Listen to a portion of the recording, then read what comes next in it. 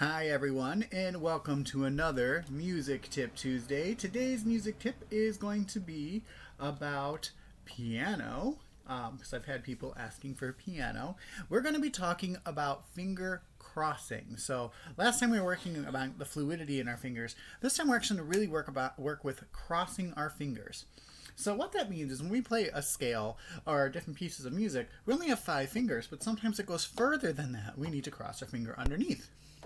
So what we're doing is we're going like this, 1, 2, 3, bringing the thumb under, 1, 2, 3, 4, 5.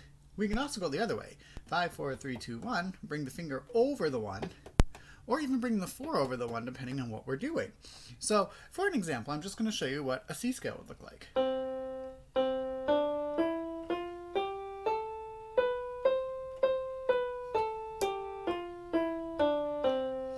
Right, so I did that with 1 octave. I had to cross my thumb under, then to cross my third finger over.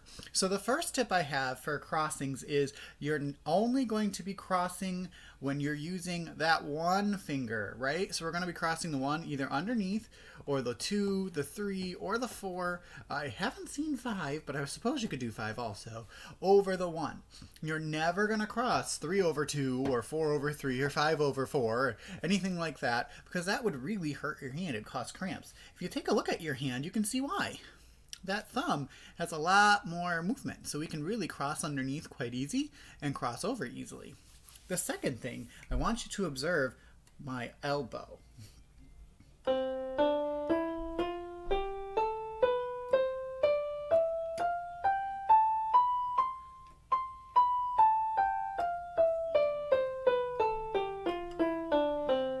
Did I flap my elbow?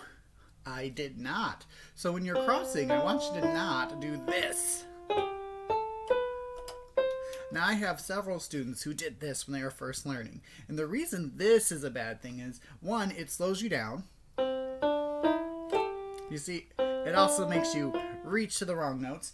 And you can actually cause some pain here. It's called a tennis elbow, but it happens when you twist too much. So you can actually twist your elbow and your wrist, and it's quite painful. So tip 1 was we're always going to be using the 1 finger in some way. Tip 2 is we're not flapping our wings like a bird. We want to keep it nice and straight. Tip 3, one more time, let's observe what I'm doing with my wrist and my fingers.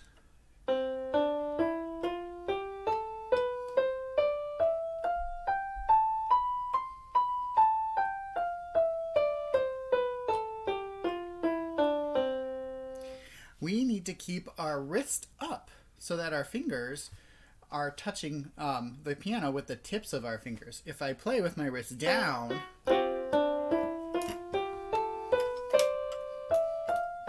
that becomes a lot harder to do crossovers.